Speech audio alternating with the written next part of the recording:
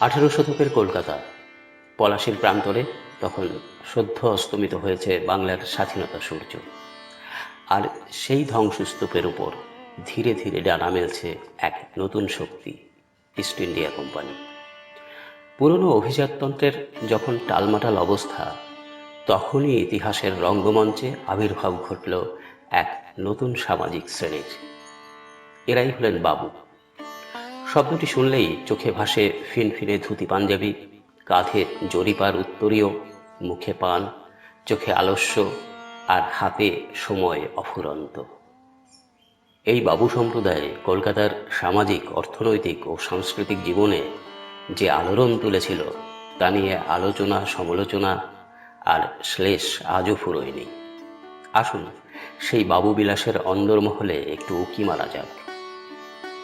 1757 সাল, পলাশীর যুদ্ধের পর বাংলার রাজনৈতিক ও অর্থনৈতিক পট পরিবর্তন হতে শুরু করেছে দ্রুত। ইংরেজরা তখন বণিকের মানদণ্ড ছেড়ে রাজদণ্ড ধরার প্রাথমিক প্রস্তুতি নিচ্ছে। এই পালাবদলের সুযোগে কিছু বুদ্ধিমান, উচ্চাকাঙ্ক্ষী এবং অবশ্যই সুযোগ সন্ধানী বাঙালি কোম্পানির সঙ্গে যোগাযোগের মাধ্যমে প্রভূত অর্থ ও ক্ষমতার অধিকারী হয়ে ওঠেন। এদের মধ্যে অনেকেই ছিলেন কোম্পানির দেওয়ান, বেনিয়ান, মৎস্যুদ্দি বা দালাল। পুরনো জমিদারদের অনেকের অবস্থা তখন পড়তির দিকে। অন্যদিকে এই নব্য ধনী শ্রেণী ইংরেজদের ছত্রছায়ায় ফুলে ফেঁপে উঠতে লাগল। গ্রাম থেকে কলকাতায় এসে এরা প্রাসাদোপম অট্টালিকা তৈরি করলেন আর জন্ম দিলেন নতুন জীবনধারার, যাকে আমরা বাবু কালচার বা বাবুয়ানা বলে চিনি। এই বাবুদের পূর্বপুরুষেরা হয়তো সাধারণ কৃষক, কারিগর বা ছোট ব্যবসায়ী ছিলেন, কিন্তু ইংরেজদের দাক্ষিণ্যে তাদের কপাল এমনভাবে খুলল যে রাতারাতি তারা বাবু উপাধিতে ভূষিত হলেন। বাবু শব্দটি আদতে সম্মানসূচক হলেও এই নব্য ধনীদের ক্ষেত্রে তা অনেক সময় এক বিশেষ জীবনশৈলীর প্রতি ইঙ্গিত করত, যেখানে পরিশ্রমের চেয়ে বিলাসিতাই ছিল মুখ্য। তাদের অর্থের উৎস ছিল মূলত কোম্পানির দালালি, বাণিজ্য, মহাজনী কারবার এবং পরবর্তীকালে জমিদারি ক্রয়। এই অর্থে কিছুটা কালো টাকা বা অনৈতিক পথে অর্জিত সম্পদের ছোঁয়া থাকলেও এই সম্পদের জোরেই তারা সমাজে নিজেদের প্রতিষ্ঠা করতে সক্ষম হয়েছিলেন। অষ্টাদশ শতকের শেষ ভাগ থেকে 19 শতকের মধ্যভাগ পর্যন্ত কলকাতার বাবুদের স্বর্ণযুগ। এই বাবুদের পরিচয় শুধু অর্থে নয়, তাদের চালচলন, রুচি অরুচি এবং জীবনযাপনের বিশেষ ভঙ্গিতে। বাবুদের পোশাক ছিল তাদের আভিজাত্যের অন্যতম পরিচায়ক। মিহি মসলিন ধুতি, তার উপরে দামি সিল্ক বা মসলিনের পাঞ্জাবি বা ফতুয়া, কাঁধে থাকতো কাশ্মীরি শাল বা জরির কাজ করা উত্তরীয়, পায়ে থাকতো বিদেশি কোম্পানির চকচকে জুতো বা দেশি নকশার কাজ করা পাদুকা, আঙুলে একাধিক আংটি আর পকেটে সুগন্ধি রুমাল। এই ছিল বাবুদের চেনা ছবি। পান চিবোতে চিবোতে, আতরের সুবাস ছড়াতে ছড়াতে তারা যখন রাস্তায় বেরোতেন, তখন তাদের জৌলুস দেখে পথচারীরা সসম্ভ্রমে পথ ছেড়ে দিত। বাবুরা নিজেদের একটু অন্যরকম প্রমাণ করতে চাইতেন। তারা ফার্সি বা পরে ভাঙা ভাঙা ইংরেজিতে কথা বলার চেষ্টা করতেন। তাদের কথাবার্তায় একটা আলগা মেজাজ, কিছুটা দেখনদারি আর খানিকটা উন্নাসিকতা প্রকাশ পেত। মোসাহেব পরিবৃত হয়ে থাকাটা ছিল তাদের স্ট্যাটাস সিম্বল। এই মোসাহেবরা বাবুদের মনোরঞ্জনের জন্য সব সময় প্রস্তুত থাকতেন, আর তাদের স্তুতিবাক্যে বাবুরা যার পর নাই খুশি হতেন। কিছু ব্যতিক্রম বাদ দিলে অধিকাংশ বাবুরই পুঁথিগত বিদ্যায় তেমন আগ্রহ ছিল না, তবে সংস্কৃতিবান সাজার একটা প্রবণতা ছিল। বাড়িতে ওস্তাদ রেখে গান বাজনা শেখা, বৈঠকখানায় নাচ গানের আসর বসানো, কবিয়াল বা পাঁচালির দলকে পৃষ্ঠপোষকতা করা, এইগুলো ছিল তাদের সংস্কৃতি মনস্কতার নমুনা। তবে এর পেছনে যতটা না শিল্পপ্রেম, তার চেয়ে বেশি ছিল লোক দেখানো আভিজাত্য। তাদের জীবনযাত্রা ছিল আদ্যপান্ত বিলাসে মোড়া। বাবুদের দিন শুরু হতো বেশ দেরিতে। ঘুম ভাঙত পাখির ডাকে নয়, চাকর বাকরের সেলামে। এরপর চলত আলস্যে ভরা প্রাতকৃত্য। রূপোর গড়গড়ায় তামাক টানা ছিল তাদের অন্যতম প্রিয় কাজ। এরপর শুরু হতো মোসাহেবদের সঙ্গে আড্ডা, পায়রা ওড়ানো, বুলবুলের লড়াই বা ঘুড়ি ওড়ানোর মতন গুরুত্বপূর্ণ কাজ। দুপুরে এলাহি খানাপিনা, পোলাও, কোরমা, কালিয়া, সঙ্গে নানা ধরনের মিষ্টান্ন। খাওয়ার পর লম্বা ভাত ঘুম। বিকেলে সেজেগুজে হাওয়া খেতে বেরোনো, কখনো পালকিতে, কখনো বা ঘোড়ার গাড়িতে। বাবুদের বিনোদনের প্রধান উপকরণ ছিল তাদের বৈঠকখানা। সেখানে নিয়মিত বসত নাচ গানের আসর। বাইজিদের নাচ, খ্যামটা, খেউর, তরজা, কবিগান সবই চলত সমান তালে। মদ্যপান ছিল বাবু সংস্কৃতির এক অবিচ্ছেদ্য অংশ, বিশেষত বিদেশি মদ। এই আসরগুলোতে জলের মতন টাকা ওড়ানো হতো। এছাড়াও বিভিন্ন উৎসবে, যেমন দুর্গাপূজা, কালী পূজা বা দোলযাত্রায় বাবুরা একে অপরের সঙ্গে পাল্লা দিয়ে খরচ করতেন। লাখ টাকা ব্যয়ে মেয়ের বিয়ে দিয়ে বা শ্রাদ্ধ অনুষ্ঠান ছিল জল ভাত। এইসব অনুষ্ঠানে তাদের জাঁকজমক, আতিশয্য অনেক সময় প্রবাদে পরিণত হতো। কিছু কিছু বাবুর জীবনে বিবি বা রক্ষিতার একটা ভূমিকা ছিল। তাদের মনোরঞ্জনের জন্য আলাদা বাড়ি, গাড়ি এবং মাসোহারা বরাদ্দ থাকত। এই বিষয়টি নিয়ে সেই যুগে যেমন কানাঘুষো চলত, তেমনি তা বাবুদের একটা বিশেষ স্ট্যাটাস সিম্বল হিসেবেও পরিগণিত হতো। বাবুরা তাদের বাসস্থান নির্মাণে প্রচুর অর্থ ব্যয় করতেন। বিশাল বিশাল থামওয়ালা, একাধিক উঠোনযুক্ত, ঝুল বারান্দা শোভিত অট্টালিকাগুলি ছিল তাদের ঐশ্বর্যের প্রতীক। বাড়ির ভিতরে থাকত বিদেশি আসবাব, ঝাড়বাতি, দামি তৈলচিত্র এবং অন্যান্য শৌখিন সামগ্রী। বাড়ির পরিচারক এবং পরিচারিকার সংখ্যাও ছিল প্রচুর। পায়রা পোষা, বুলবুলি পোষা, ঘুড়ি ওড়ানো ছাড়াও ছিল মোরগের লড়াই, ভেড়ার লড়াইয়ের মতন নিষ্ঠুর বিনোদন।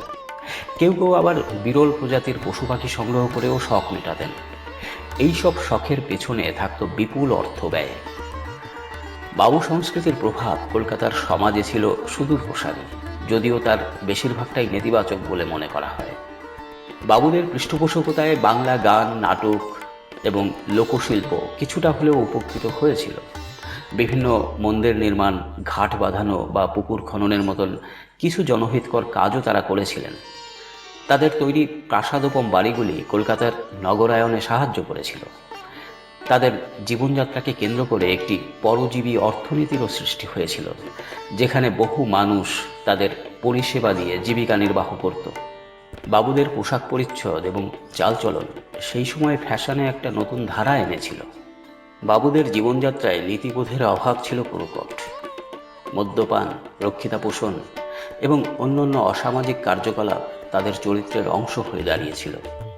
উৎপাদনশীল কাজে অর্থ বিনিয়োগ না করে তারা কেবল ভোগবিলাস এবং লোক দেখানো আড়ম্বরে টাকা ওড়াতেন।